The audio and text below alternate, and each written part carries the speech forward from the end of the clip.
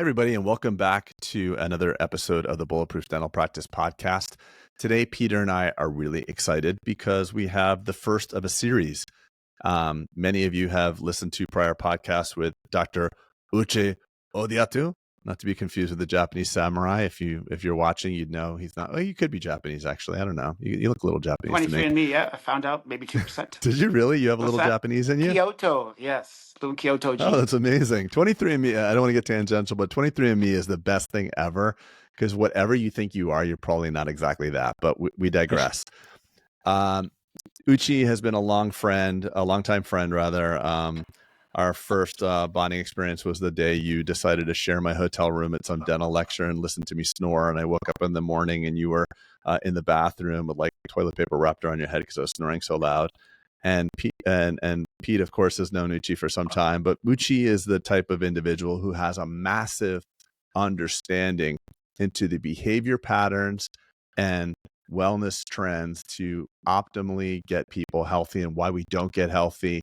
And Uche always says, like, look, he's been at our summit. He emceed our last summit. He's been to several. He's known us for a long time. He said, look, you guys are working so hard to make your listeners entrepreneurs and successful, but what do you have if you don't have health? And it's such a profound thing. And Pete, we were talking right before we started, hit record here, because health is something you just don't appreciate until it's gone. So the day before you get sick is the last day that you don't take your health for granted. We're all just one phone call away, one blood test away, one emergency visit from understanding what our health is. And Uche, I'm honored to have you here. This is going to be part of a multiple series, and ultimately we want to launch BPH, which is not benign prostatic hypertrophy. No offense, Peter Boulden, but Bulletproof Health. Good one. Because what do you have without BPH? You have nothing. So Uche, We're gonna blow up. It was even funny the second time because we practiced that joke before, and it still is good. So Uche, I don't want to take up any more of your bandwidth. I'm so thankful that our listeners get to hear you. So thankful for you being a part of this and sharing your message because it's freaking awesome. So Uche, talk to us. Yeah, thank you. No, this is going to be incredible. I've been doing this since I was 6 years of age, but in no way that I'm going to be at the Paris Olympics. But I definitely make health and wellness and managing stress and food choices. I would say one level of my living space is dedicated to a gym, and it looks like a full-on gym. It's got multi-station, Olympic style size bar, a professional bench, and you're thinking, why does a dentist need that much material? Well, you have the best stuff in your office. You have the best technology. You go to these incredible courses, and then the body's an afterthought. What you dump in is an afterthought. The kind of alcohol you drink is an afterthought. How you sit in the car on the way to work is an afterthought. And then you wonder why halfway through, so age 40, people think, average person in the States lives till 79, 80. So middle age actually is 39, so 39, 40, you're thinking, hey, my body doesn't look as good. Things are not performing. I don't feel the same. I don't feel strong. And people judge you on it.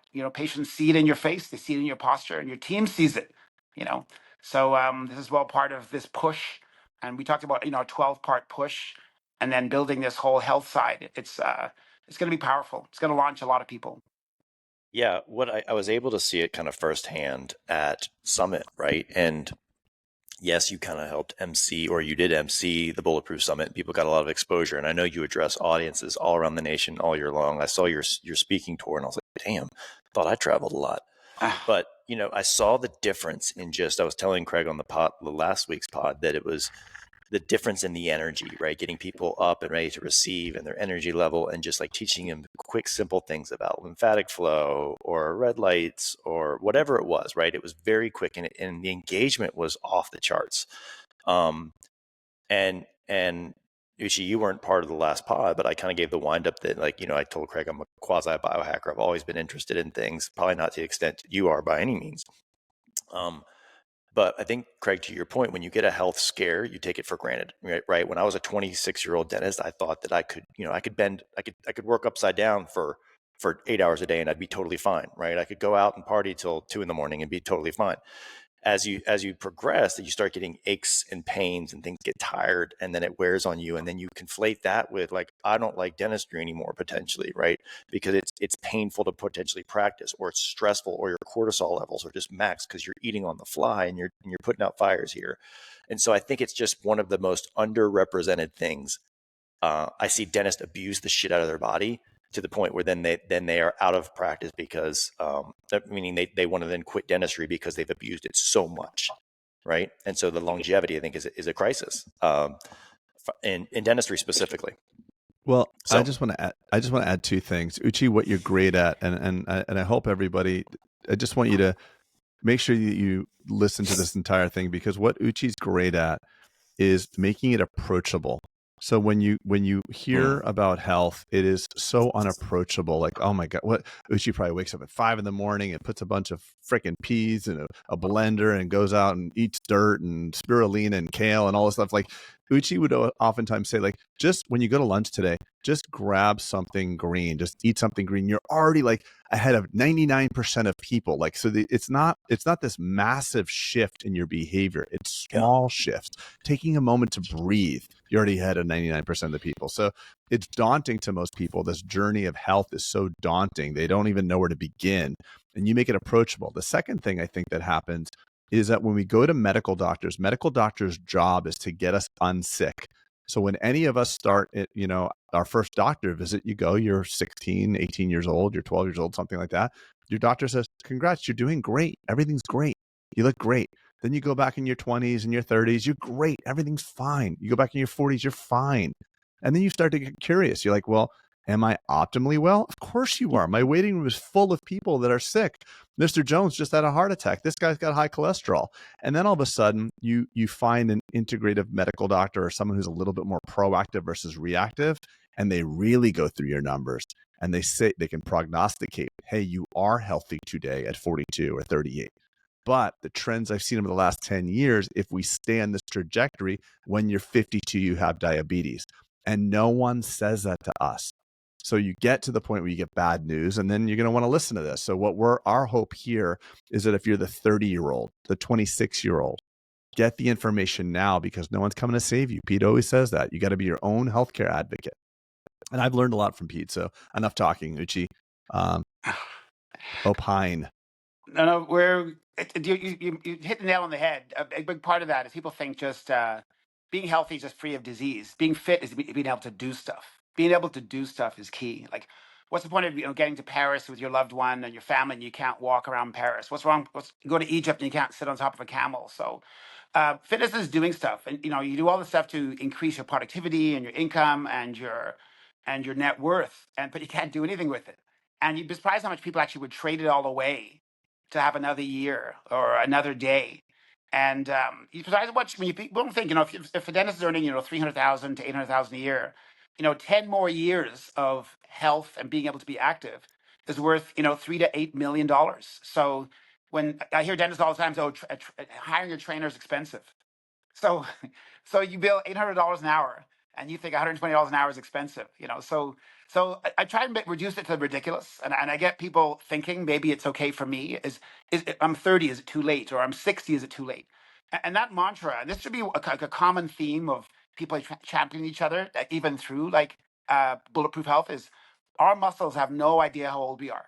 Like, if that could be a through line, our muscles have no idea how old you are. Male or female, muscles have no idea how old you are. And it's a beautiful thing to remind each other of. They have no idea. And you keep saying that, that'll be a central theme. How we greet each other, middle of the break, in the morning, someone's been out late. Our muscles have no idea. And then the second part is anyone can get stronger. Like, they've done studies, people in the 70s, 80s, and 90s at Tufts and Harvard. And in a 12-week program of people who never lifted weights, never did resistance training, in 12 weeks, were able to double their strength. So it's never too late. It's never too late. It's not just for the 21-year-old or the 30-year-old.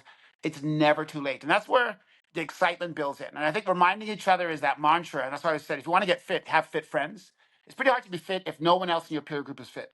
So part of that is, if no one in someone's family is fitted and you won't have a desire, you need to plot and scheme. You need to get around them. A trainer might help. It could be virtually is going to be the way to do it. Bulletproof Health is going to give people a posse that they can call on anytime. And also, I'm going to be available so people can, direct message me and ask me questions, because that gives me a finger on the pulse of what's going on, because I know what I need. But when people ask me the most basic questions, I'd never judge them. But you'd be surprised that people are just thinking they're behind the eight ball. I'm 40 now, or I've just been diagnosed with. No, no, no, no. Your muscles have no idea how old you are, because muscles are an organ. It's the biggest organ in the body. People often think skin is the biggest organ at 15% of our body weight. For male or female, muscle is the biggest organ, and that's been known since 2012. This is not a new mantra. Since 2012, Bento Pedersen in Denmark, Human Performance Center in Copenhagen, they said muscle is the biggest organ. And why are we hearing it now as doctors and healthcare providers? I don't know. Exercise scientists don't talk to doctors, medical doctors. Medical doctors don't talk to dentists.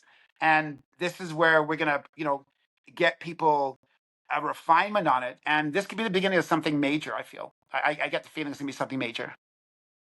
I love what you just said too, Uche, about like the cost, because people have no problem dropping 10 grand on a cruise or 20 grand on dinners over the year. But even if I think Peter Attia called it, he's not talking about lifespan, he's talking about health span. So your ability, what's it going to do for you if you go to Paris and you can't walk? And I came back from Europe. I was in Europe for 3 weeks ago, a couple of weeks ago, and I could see all these incredibly unhealthy Americans. And it's our food, and it's our understanding of exercise, and our portion control and sugar intake. People are alive, clearly alive, but not living. If you cannot get fit in a seat, or you cannot walk, and the obesity levels that we have, and I'm all for body positivity, but let's not conflate body, all shapes are fine with health. So we actually have a narrative that's going on in America right now saying this is health. Lizzo, wherever you're at, amazing, love you, you're gorgeous, but you're not healthy, and don't tell us you're healthy, because that's what people are saying right now. This is health. Cover of Cosmo, cover of, Uche doesn't want to touch that. He I can tell on his face. He likes Lizzo too much. But I'm just saying, like, we have to have a standard. And, Pete will always say, show me, your 4 fat friends, you'll be the 5th. Show me your 4 broke friends, you'll be the 5th. And there needs to be a community like this. And it can't just be you consuming, Huberman podcast on your own. You need an accountability loop. I like that. No, it's, with and I guess as dentists, though, we seem to over intellectualize things. Like, we're very cerebral beings, and many times we think, oh, I'll start getting in shape when I get a master's in nutrition, or when I become a PhD in exercise science. Get your designer sneakers on and get outside. How long do I walk for? I don't know. Go 15 minutes out and then come back 15 minutes, and that is physical activity. If you want to start getting scientific about it, there's 3 components, but ultimately, I think dentists make it too complicated. They make it very complicated. And we did a workout together, I think about 3-4 weeks ago at the summit. And it was so simple. It was maybe 6 exercises. We did 3. We rotated them around. It was maybe a total of 25 sets. It took 30 minutes. And we got cardio, we got flexibility, and we got strength training. And it felt great. And we weren't exhausted either. And it was just made on the fly. And it was fun because the 3 of us were doing it together. And that was just an example of how the body can move and how it feels when it does that. So, Uche, if we're going to start with a series, like I said, I'm a big fan of a pathway, right? For the Bulletproof pathway, Bulletproof series, like let's take everyone at their infancy of not knowing, fresh, clean canvas, right? Like, how do we create massive awareness over the next 12 months? Where would you think would be a good start? And obviously, we're going to advance and get into more minutia as this progresses. Right. But where do you feel like a good foundational platform would be, right? Something that could move something that we could talk about today as a lesson 1, but it would start being actionable items, moving the needle for people and getting people excited about lesson 2, lesson 3, whatever it may be.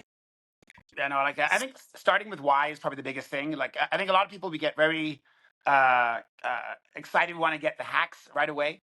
But learning why, I think, is a big part of that. And the why could be, improved energy, brain health, managing stress, reverse aging. Forget slowing down aging. How about reverse aging? I tell people, and people will see me and say, Uche, I saw you 5 years ago. How do you look younger? And it's nothing scientific, but it's things that I do every day. So reverse aging would be a nice thing to feel. And that's what is reverse aging? So to generate some new concepts for people to think that it's possible for them. But I think starting off with why, and then it's possible for you. And I think if you get people vibrating high enough, they will be able to move into the different systems, food, stress, performance nutrition, team health, muscle, skin health, uh, slaying the stress dragon. But I think starting with why could be the best place to start.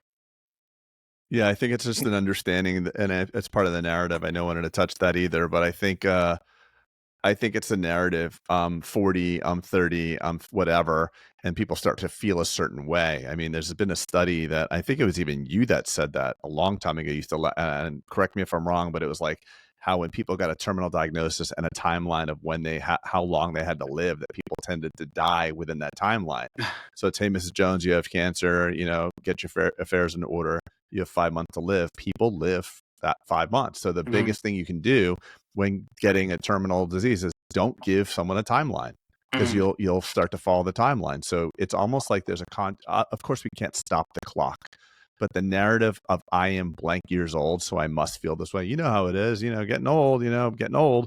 It's a constant narrative like that. And I've seen, because I have a, fairly geriatric patient practice here in Delray, and I've seen patients that were really, really chronologically old, and they got into things like yoga and fitness, and I saw the clock turn back. All three of us have seen people that needed to be on medications and blood sugar medications, blood pressure medications. You've seen them have the ability to literally turn the clock back and surrender all those medications and still be healthy. Yeah, I know. So it's real. Yeah, to have personal experience, but also believe it's possible for you. If I'm surprised how many people will share the science, will tell them how to do it. Well, you don't know my family, or diabetes runs in my family, or Right. dementia runs in my family, or cancer. Everyone gets cancer in my family. So that's a nice mantra. It's like, What a great Michael mantra. Phelps. You can imagine Michael Phelps going to jump in the water and saying, my family sucks at new adventures, or we always choke before.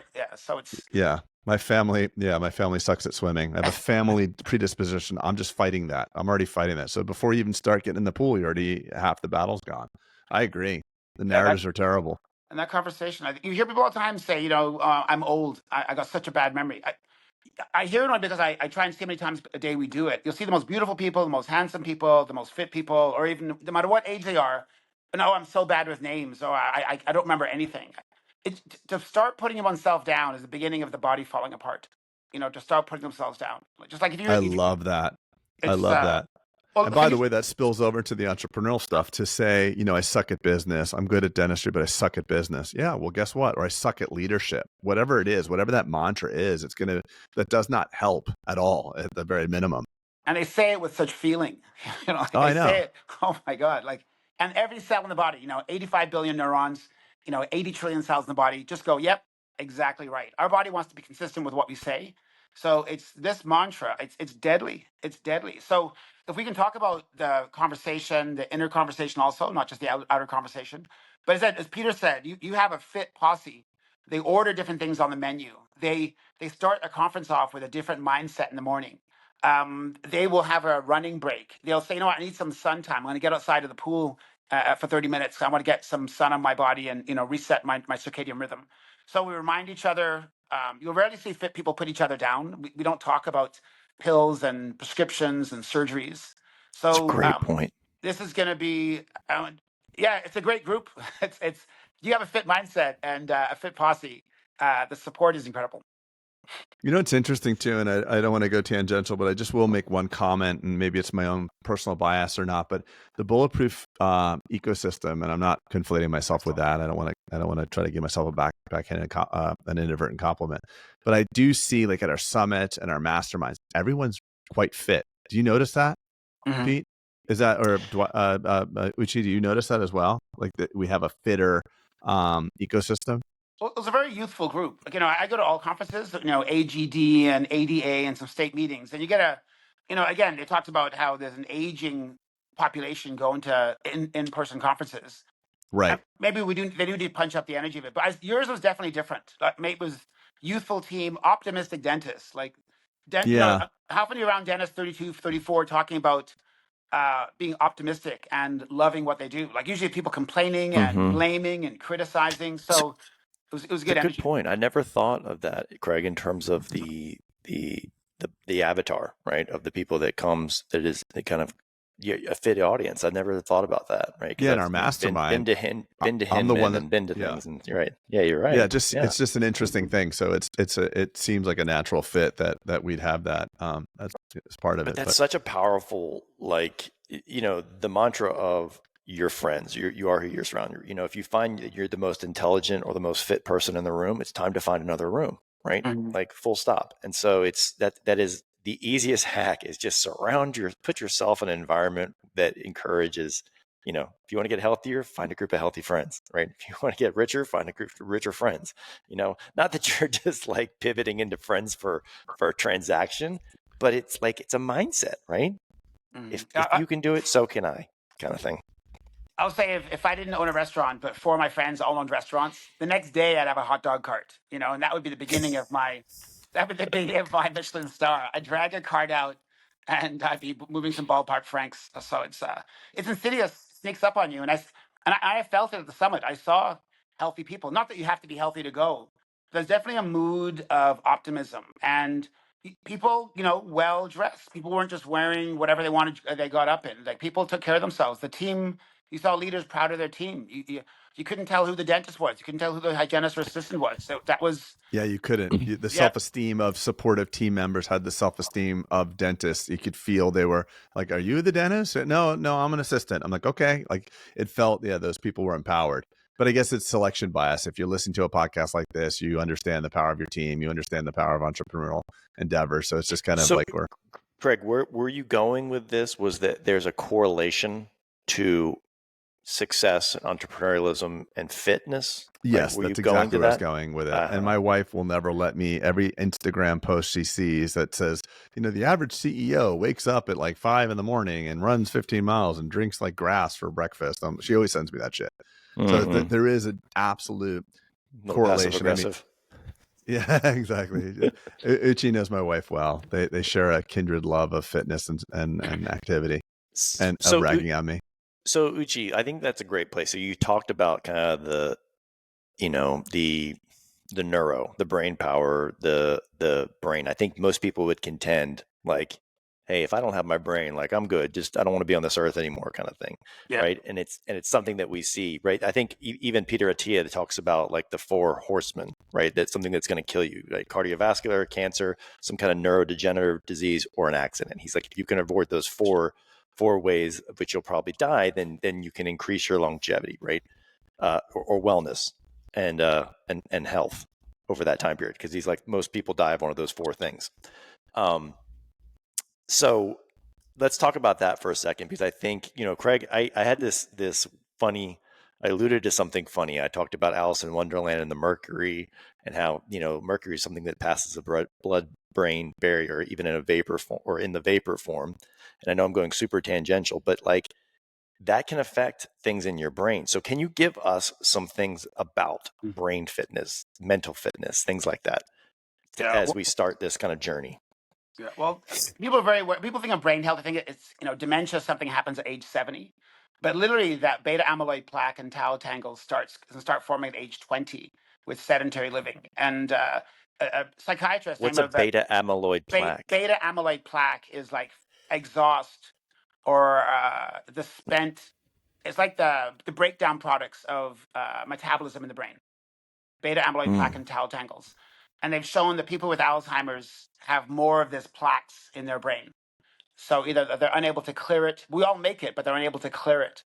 Um, People talk about the inflammation, but you look at that nightly cleanse. There's a thing called the lymphatic system. And it immediately made me think I'll never brag about getting less sleep again, because the science is in on sleep. It's so foundational. Someone who sleeps 8 hours a night compared to 6 hours will have a cleaner brain. A cleaner brain means you have less beta amyloid plaque and tau tangles. You're not setting up future cognitive decline. You will have a good memory. So that lymphatic system, right now, our brains are cleaning up. They're taking away exhaust and free radicals, and they're bringing nutrition that happens during the day. but that system is 10 to 20 times more active at nighttime.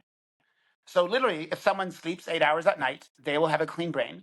Someone does shift work. You have a police officer, you have a first responder, you have someone up late because you're doing a deal and getting another office in, or you're putting a that night you will have a dirty brain. You cannot get that night back. So the more nights in a row, and the more nights you have in a year or a decade, you've set the tone to have early cognitive decline. And I've asked people, what's your sleeping like? This husband was exhausted.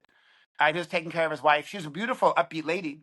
But the last 8 years has been a slow slide into Parkinson's. He is, not only is she not doing well, he is exhausted. He said he sleeps for 60 minutes at a time. He looks horrible. It's love, but he looks horrible. And I gave them ideas on how we could make healthier meals. But So it's funny how that's like the narrative, right, Craig? We talk about the hustle porn on Instagram and like, oh, I slept for this and I get up that and no sleep and no rest. And I love that you're saying sleep when you die. Sleep when you die. What? That's the comment. What is it? It's sleep when you die. You sleep when you die. Right? It's the hustle porn. How hard to work. I haven't had a vacation in 6 years. Sleep when you die. The other thing I would comment on too is that there's this narrative out there that you don't need as much sleep when you're older, kind of thing. Or at least that's been the narrative told to me. You can get by. I can get by on 5 and 6 hours, and like I always wondered, like the get by part. Like I agree with you. I pride myself on like 8.5, 9 hours of sleep every night. And my wife thinks it's a little ridiculous, but like it's a game changer. It's a game changer. They say if you have a complex life or a complex job with complex tasks, sleep is more important for you than someone who has mundane tasks. So every dentist would definitely agree. Every hygienist would agree. We have complex work. We do complex things. Sleep is even more important. You throw some stress in and the high-tech needs. And if you want to be more creative, like a dentist is more creative, is going to be better at presenting cases than someone who's not creative. And they say creativity is boosted when you dream. And we need about 100 minutes a night. So someone who sleeps 8 hours. So Peter, if you're doing 8 hours, you're getting your 100 minutes, you're getting your 20 to 25% of your night dreaming. So you'll be more creative than someone who's sleeping half that. So if you're an entrepreneur who wants to think solutions and you're not sleeping well, and I sleep 8, I'm going to have a head advantage on you. And I didn't go to Harvard for that. I just got 6, 7, 8 hours last night. They say 7 hours is the sweet spot. And unless there's a gene called BHLHE41, which is so rare, they said it's basically non-existent. They said every human needs a minimum of 7 hours. If you want to thrive, if you want to look good, if you want good joint health and good creativity and a decent amount of time dreaming, there's no way around it. There's simply no way around it. Craig, I know you wanted to say something there. No, I just think it's incredible when you look at the medical profession and the average medical doctor, how much time spent on educating doctors about the importance of sleep. Like you never go to a medical doctor and their prescription for you is sleep. It just doesn't happen. It's so but funny. We know so true. the importance of it, from cognitive function to A1C to blood pressure, everything. But you've never gone to a doctor and say, you just need to prioritize sleep. Where is that information? Like because the average medical doctor gets like 3 or 7 hours of education on sleep. And it's just such a massive. So now, I mean, look, I wish we didn't have to talk about this. I actually wish we could just talk about dental entrepreneurship and do what we normally do. But there's such a gaping void in the information that people need to hear. And I'm thankful, Peter, because you were early in my life saying this and this, and make sure you get your Boston Health panel, make sure you do this, and what are you doing with this, and start that. I'm like, you're at the time, 6, 7 years ago, I'm like, you're freaking crazy, because Huberman wasn't that popular. Uche speaking to a bunch of fat people, and trying to get them to move and eat a slice of lettuce, but there wasn't optimal wellness. It wasn't a steady stream of information about optimal wellness. It's only more recently people are into these things. You had to call it biohacking. Having a conversation about sleep 10 years ago would have been in the category of biohacking. Uche, is there something we can? So true, Craig. It's like most things you say, I'm a little bit early on talking about it. But is there, Uche, is there something? This is my dying question. I want to know.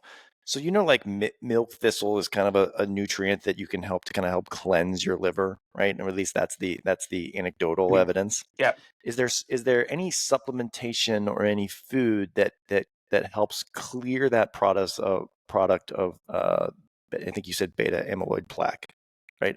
Is there something, is there, okay, yes, we get it. Sleep helps clear, just biologically, naturally helps clear some of this and gets you a clean start from a creativity level. But are there other things that help induce, you know what I'm trying to say? Like, is there something, is it a diet? Is there a supplement? Is there exercise? What is it? They say light is one of the biggest ways to enhance to postpone sleep and make it poor quality, and having a sleep hygiene practice at night. And there's nothing to buy. It's simply don't put bright lights on at night. Dim your lights.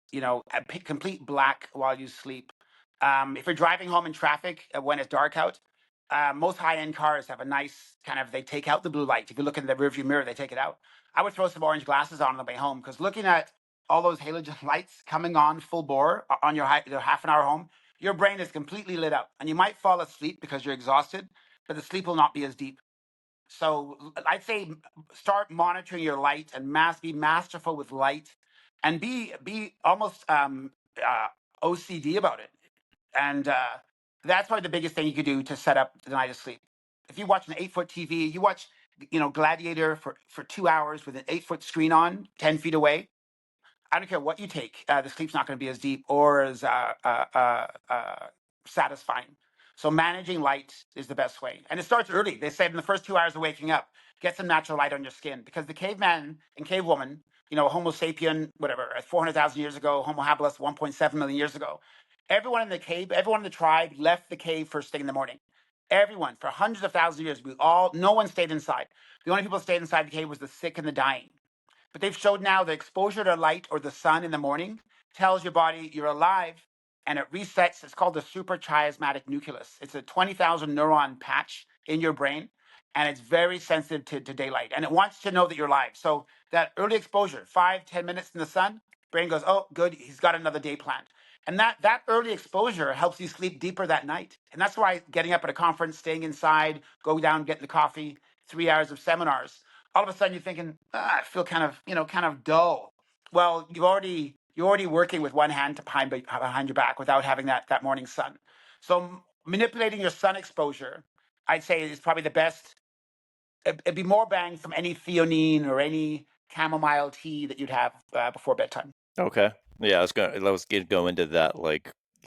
There's actually Bulletproof coffee and that brain octane. They talk about like the C8 chain being the brain food. And maybe this is hocus pocus, right? And this is where I want to go. Like, is there supplementation, that can augment? Yes, okay, I've mastered sleep, but is there something, is there foods that are more, you hear about heart health? Where's the brain health in that? Okay. Oh, well, anything that's good for the body is good for the brain. So it's not as if you have to eat a separate diet for the brain.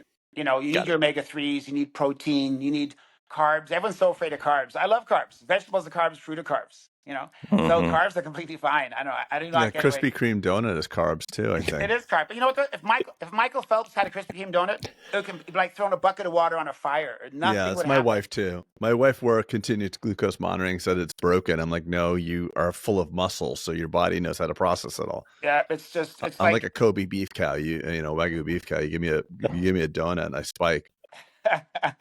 No, it's but that's what again as dentists we make it complicated. Is there a certain thing I need to take at nighttime? But you manipulate light, you'll get more bang for your buck. More bang for your buck. And Peter Tia and Outlive, his big thing was, and people miss this part. He said junk food and poor eating will hurt you way more than eating healthier will help you. Say that again, please. Oh, wow. So getting rid of junk food and lowering your junk food has a huge bang for your buck. But eating even healthier is not going to give you a bigger bang. So we spend so much time on the little food hacks and supplement hacks. You're not getting as big as you've already got the bang from getting rid of junk food or purging it. You get a bigger bang from not eating healthy. From purging your junk food or having less French fries or going back for the second helping. Now, if you're healthy already, eating healthier, you're not going to get like a 30%, 100% jump. But just cutting out the junk food, you'll get a massive, massive. Skin will be smooth. You'll have energy. You'll be youthful. Breath will be fresh. Your sweat won't smell. But to eat healthier, you're not getting as big of a bang. So that's why you got to look towards the basics, which is light exposure. Even coffee. They've now said that even if I'm a fast caffeine metabolizer, I could have a cup of coffee at 8 o'clock at night and go to bed. But they're saying 8 to 10 hours. If I have a coffee within 8 to 10 hours of bed, my sleep is 15% less quality. I think 15%. 15%. You can imagine if you said you can get 15% health wealthier, like in the next month. So if your sleep quality goes down 15% by having coffee within 8 to 10 hours of bedtime. Alcohol also damages it, and even marijuana. You might think that it might help you sleep, but you're not getting the quality because it's an exogenous aid, and you really want your body to do the work. And we have this inner pharmacy, and that could be another through line we talk about at Bulletproof Health. I am my own pharmacy. I am my own pharmacy. And that's a nice thing. I am my own pharmacy. Muscles have no idea how old we are. To have those, riveted around would be just to remind people who are new and share it with the veterans who've been coming. That'll be a nice way to get people going. I am my own pharmacy. I am my own pharmacy. And light I love that. elicits that. Yeah. I love that. And everything exogenous you take, whether it's testosterone or any type of exogenous hormone, it limits your endogenous production. So you're just, like I'm curious. Everybody's doing Ozempic and not making behavior changes corresponding to the chemical. What happens when you go off, or what happens in the inevitability, or if it does get banned? I mean, when I look at these dietary drugs, it seems like they have a certain shelf life, and then something bad comes out about them, and they're gone. Yeah. So, Yeah.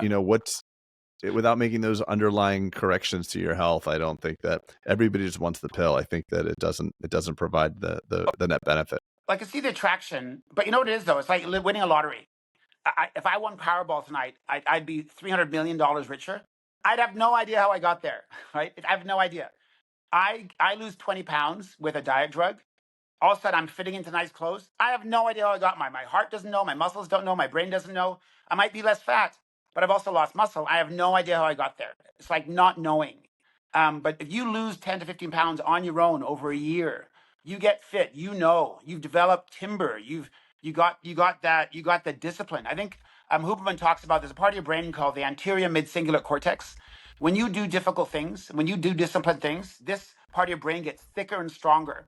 And they said most people who live till 90 or 100 years of age, still active, have thicker, stronger anterior mid-cingulate cortex. And that's a lifetime of doing disciplined things. So what's the discipline of taking a diet drug compared to hiring a trainer twice a week for you and your family, entering a 5K, having a salad every day, having fruit out on the counter? That develops that part of your brain, the anterior mid-cingulate cortex, doing difficult things. Interesting. Can you elaborate on that aspect? I want to. So you're saying that your body is confused, or your brain is confused when you didn't work for it. I want you to double down on that. I'm just curious where you're going with that. Well, Keep telling me more about it. Yeah, no one likes anything free. You give your 16-year-old kid a brand new Corvette. It's a I'm different thinking feeling that's to where I show was to his going. I was friends. going to like a trust fund kid, basically, at that point. What you were saying. Tell me how disciplined and how much self-esteem is the trust fund kid, but as someone who has his first restaurant over at 18 and he bought his first car on his own. That's a different. You clean that car. Knowing you didn't earn it. You clean that car differently. Anytime No, you get it's also something, statistically proven that if you buy like a fake purse, like a fake Louis Vuitton, you actually feel less good about yourself than not having it. Like it doesn't work. Like you're bullshitting. You can't bullshit yourself. And that's the lottery. That's the way. It might be great to have $100 million richer, but if I didn't earn it, I'm going to sabotage that thing. And the studies show within 2 years I'll be back to zero. So something. And also within 2 years, you're unhappier than when you first got that before you entered the lottery. So earning your fitness, and it's not even old-fashioned way. Just I get excited about eating healthy the minute I make a decision. Like I am. And they talked about a delay of an hour in the morning because our body naturally pumps out a little bit of adrenaline and a little bit of glucose in the liver the first thing in the morning. Because basically, if our tribe, our Homo habilis, our Homo sapien tribe was attacked first thing in the morning, if you said, "Oh, I need to have a coffee first," invading horde, Genghis Khan, give me a break. I need some Ezekiel bread with hummus on it. No, survival is built into us, and we pump out adrenaline, pump out glucose, and we can run and fight for an hour first thing in the morning. So don't tell me you need a coffee. We're conditioned to think we need a coffee. So hey Genghis, I know you're here at the gate.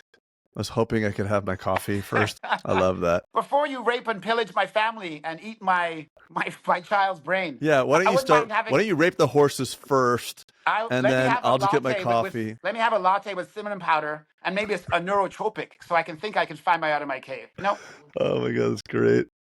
no, no. We're You built know what's funny, different. Uche? When I talk to you, I feel healthier. I'm not kidding. This is part Just of the talking to you, I friendship. feel healthier. You felt that with Peter. Now you've increased your posse.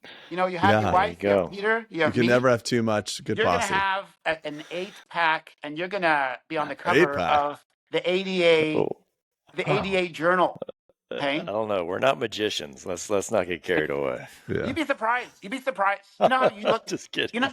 You guys, you know how you look at a dentist who's struggling with one office, and you see a bigger picture for her. You think, no, she's Yep. capable of doing 3, and you see it, she doesn't. You Mhm. say, oh my God, if she just does these 10 things, she'll have 3 offices within the next 5 years. And she goes, I don't see it.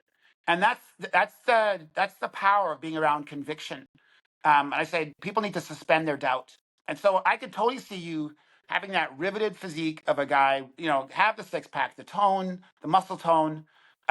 You do the things, you will get there. And just like you see it for dentists who are struggling with one office and they want 3, they want to play a bigger game in their Well, dental yeah, field. more specifically, like the dentist that's solo and can't understand how to turn his or her business into a business and not just a practice. We see it so plain, and we see the self-limiting beliefs. Like, well, it's different. I practice in Springfield, Missouri. I'm like, what's different? Well, it's just different here, and we know it's just not different. It's what you're telling yourself. So great analogy, especially for Peter and I, because we see that. What effect does the cortisol have on the brain? Right. I think dentistry as a whole, we operate in a fight or flight all day long kind of thing, right? Yeah. Like procedure to procedure. What is the antidote for that? What is the clearing mechanism? Because that induces, that's the stress hormone. Yep. And I think the brain plays. You get exhausted. The brain being the biggest organ, right, takes the most calories and things Yep. like that. It's talk about kind of the clearing of that. Because we see, I guess where I'm going with this, which is we, in the mastermind, a lot of coaching, we see a lot of quote unquote burnt out dentists. And I'm wondering how much of that is related to brain health, body health, right? And not being able to compartmentalize those things in their life, right? It's just one continuous 24-hour stress ball all day long kind of thing. Well, that's a great question. Cortisol and adrenaline, we're only meant to be on high alert for about a minute to 2 minutes. That's about as much as we have, a minute to 2 minutes. Then if you're an hour in, a day in, a weekend in, a month in, a decade in, that's when you get that burnout. When you're doing a crown, the burr breaks off. You get heightened alerts, right? And it's for 10 seconds. You are all on. That is, if you stayed there for an hour, you'd be a wet rag. So the brain naturally gives you all that cortisol and adrenaline. To find it, you got to find it, lift the tongue, suction, up, cough, spit. You cannot stay there you stayed there for 5 minutes, you'd be a wet rag. You gas out. We have enough ability, resources to tap into maybe 20 seconds, a minute, 2 minutes. It can't go any longer. So dentists who linger longer, repeating a sad story, talking about how bad things are, repeating a sad story from their home life to everyone in the office, they are prolonging that on. And without a dimmer, they're going to experience accelerated aging, brain fog, chronic injuries, not getting better, meniscus tears out of the blue that only athletes get. Worn out. How to get a worn out hip? I haven't played basketball in 30 years. Just worn out. Because when the body is under cortisol, when you're looking for that burr, the body goes, who cares about cancer? When you're looking for that burr, the body goes, who cares about your meniscus? Who cares about repairing from the surgery? All the body wants to do is get you through this 20 seconds. Well, resources get pulled from everywhere, immune health, growth health, and it gets pulled into that present moment. And it's evolutionary. We're here because of that purpose. That precedes more than a minute, a day, a weekend. Now you have disease. Now you have inflammation. Now you have poor sleep. And now you have someone that's going to go down that spiral. So cortisol is an evolutionary advantage, adrenaline, but it cannot be sustained. It cannot be sustained. Right. It has a toxicity level after a certain point to the body is what you're saying. And that toxicity is maybe not the right word, but it's a detractor from all the reparative things. It takes resources. Because you're focused. Yes. And I see dentists go, it's like, oh, I run my hair on fire, 3 rooms, and I can't, I'm so busy and I can't take more patients. And like, so part of me goes to, that's a hard way to function all day because of what you just talked about, the stress response, right? Like being, athletes don't go on stage for, or on the field, I should say, for 8 hours at a Yeah, time it's in like a what work day Naval every says, day. Pete. It's like you're meant to be like a lion, rest and Yeah. then work, and rest Yeah. and then work. You're Yeah. not meant to be like Rest, running all day, sprint, like a reassess, hamster. right? Yeah. Exactly. And I Yeah. think that's just the unintentionality and lack of planning that most dentists have. You sit there, you open up your first practice, you're waiting for the phone to ring, it rings, it's your mother, it's not a patient, and you're just dying to do work. So now all of a sudden you're on every insurance, you can run 2, 3, and 4 rooms consecutively. And that's the only thing you think of how to make more money. I just got to get busier and busier and busier. And now you can't change the trajectory of your practice because you're too busy to be strategic. You can't be healthy, you can't be strategic, you can't take time off. Yeah, without a That's coach. the one reason. Go ahead, Uche. Sorry, without a coach, like some people say, I want to run a marathon, and they just start running every day, like Gump. You need a coach. Any area you want to excel in, you need a coach. Tiger Woods has a coach. Michael Jordan had a coach. Michael Phelps has a coach. Everyone, every high level person has a coach. So you could be a high cash flow, productive dentist. Say I run 4 operatories. I'm running back and forth. I'm putting out fires. I'm just doing the middle of 2 crowns. I took a call. They haven't taken a deep breath since they walked out to their lawn. They haven't taken a deep breath. Their gut, their stomach is tight. They got reflux. They have no circulation in their hips. They're sore. They're walking like an old man already. Feet out. Hip unstable. But I'm working 4 rooms. I made 10 grand this morning. It's not going to last. Oh no, I'll be different. I'll be different than the 109 billion people that lived on the planet. I'm going to be able to weather this storm differently. Well, stay in touch because he will be calling. Yeah, me. Right. And that's honestly, we talk about kind of pre-booking your schedule, right?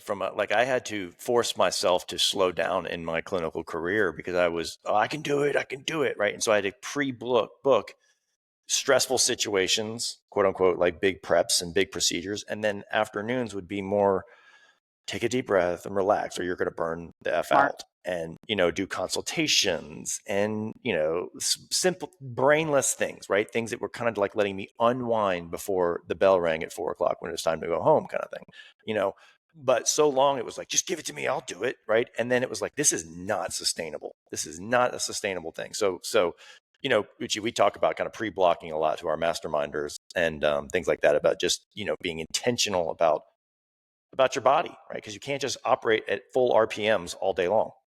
And we wear it like a pride. And I think dentists, we're very unique people. We're Renaissance. It's badge of honor. It's a badge of honor of like, look how busy I am.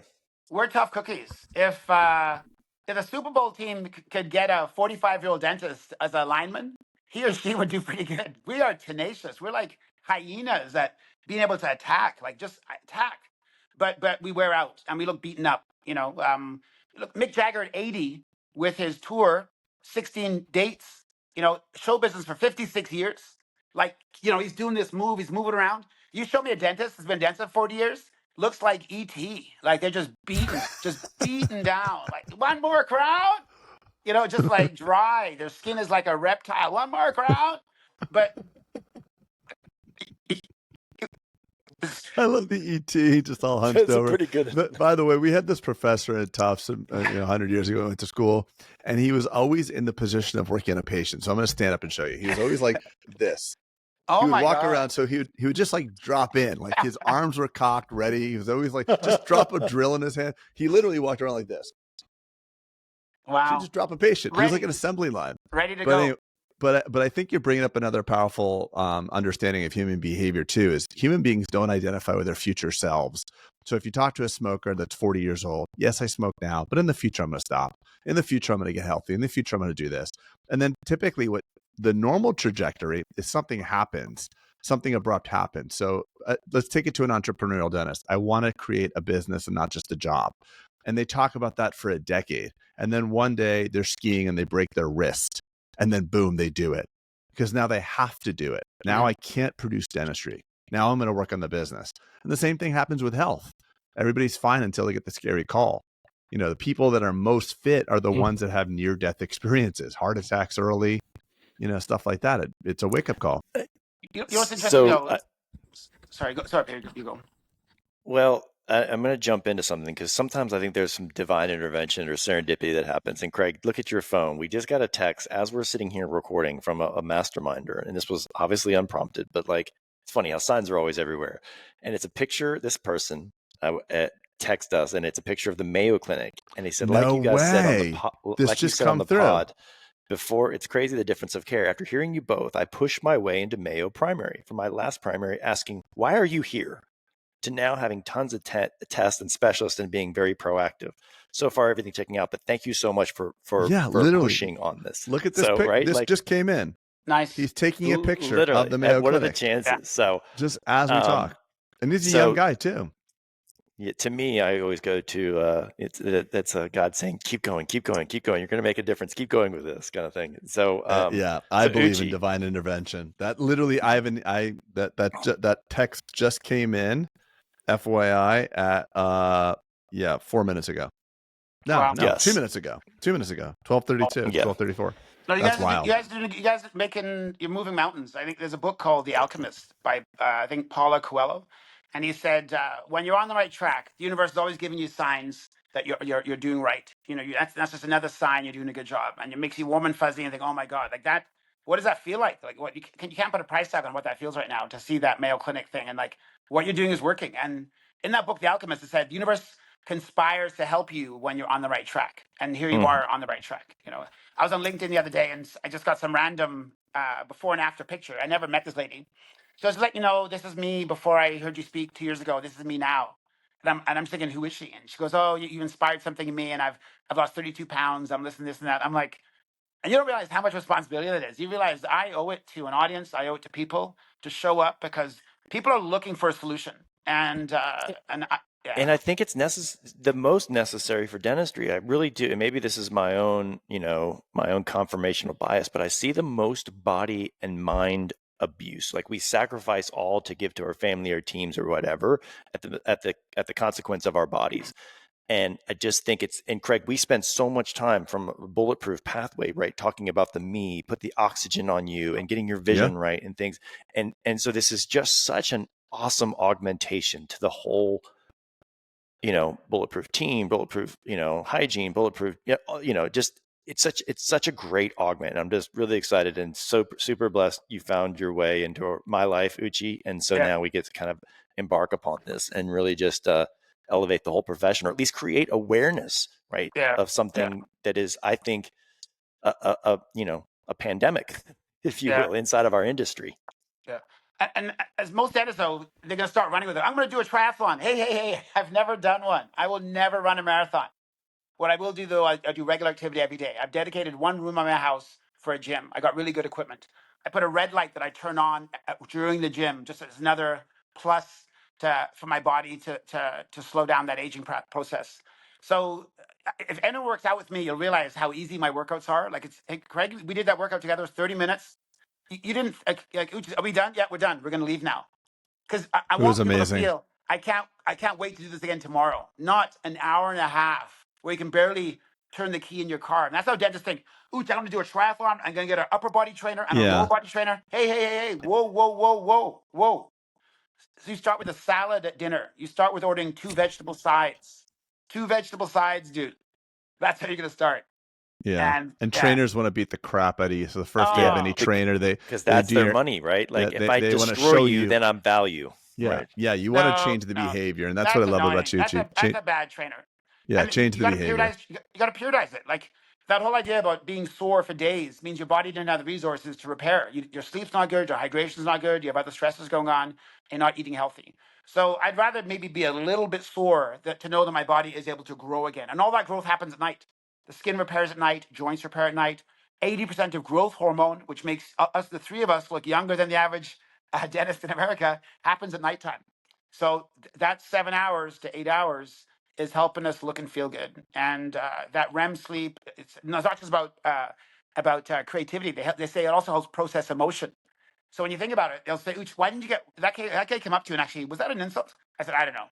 I just breathed in as he was talking to me. Because you're not triggered as much if you dream 100 minutes a night. So if you dream 100 minutes a night, you have 100 minutes of REM. What happens is you're not as emotionally. So not only does your memory improve, but you process emotion when you sleep. So you become that Richard Branson that you can't ruffle him. And that's attractive in a leader. You know, if dad's always blowing up, you might think you're powerful, but guess what? People fear you. I don't want to fear my dad. I want to love my dad. I want to feel nurtured and empowered by him, not fear him. So that fear means you're not emotionally processing as well. Yeah, I Right? love that, tying it into leadership. You can't be a great leader if you're scaring the shit out of people, and you're People gonna lie scare to the you. shit out of People people. lie Yeah, about things. They hide the broken yeah. handpiece. They will put the iTero back, and it's not working anymore because they're scared to death. So their cortisol is rising, right? So next session, let's kind of create people. I know that this is going to be great feedback on this pod. I know I'm going to get tons of text mailing. This is incredible. So what can we give people to look forward to for next month, Uche? Right? Maybe something. So we did kind of talked about a lot of brain stuff and sleep. Can we get into kind of optimization of maybe peak performance in the next, like, what are you seeing in kind of peak scenarios? Everyone wants to start with food, even though I think the food thing is a little bit overrated. But I think food is almost, there's basic nutrition and there's performance nutrition. Performance nutrition is for, Michael Phelps. It's for David Goggins. A lot of Okay. people just need basic nutrition. The basic is the way to go. Foundational nutrition. So we can just call it maybe nutrition essentials, right? So basic nutrition. We'll do the performance one later after they've digested that. Okay. But I think the next one will be just basic nutrition, fundamentals. So the essential nutrition for the dental professional. Okay. Yeah, Perfect. and that's probably the Love best it. way to start. Everyone's biting at the bit Love for it. it, even though I will attenuate it, because I remember what Peter Diaz says. He talks about the fact that poor eating will hurt you way more than healthy eating will help you, which is annoying for a fitness nutrition guy like me. But the minute you stop eating junk food, to limit your junk food, you got the biggest bang for your buck there. It's hard. You won't get the same bang by eating even healthier. So I'd love some hacks there, because I would say as any, that's my toxic trait is definitely the cheat Peter, stuff. you are blessed, by the way, because I'm like on the phone with Peter at least once a day, and it's always like, hey, Craig, hold on one second. I'll take the hot chicken sandwich and the blah, blah, blah. And I look at Peter, you're fit as F. You're super fit. And I'm like, what is going on? Like, are you just, you're just blessed with exercise and a good metabolism, because you are not the best with your diet. I'm just going to call you probably out. the worst, but yes, totally fine. So Uche, I think it's no different than if you're a smoker, right? Meaning, like, you get into habits of carbohydrates and simple carbs, and you can't crush yourself off of it. And so I'd love some tips about weaning yourself into that good diet, right? yeah. And so we'll go there next. We don't need to start going in there next, because I want to give. Yeah. But me selfishly, I'm really interested in this. I think that is probably the thing I need the most. Okay, so that'll be for next time, because I have a hard stop. I get to take. I'm going to Taco Bell to go grab a quick bite. Love your Brene Brown honesty. I love the vulnerability there. Awesome, Uche. Thank you so much, buddy. This was incredible. I can't wait for next. And maybe by next session we'll maybe have a retreat set up that some listeners could partake in. We may have a date by then. Who knows? But it would be really cool to kind of have an intimate, 25 of us at a wellness retreat where they're getting some hands-on information from you and doing this as a concentrated thing. Maybe the first of the year or something like that would be cool.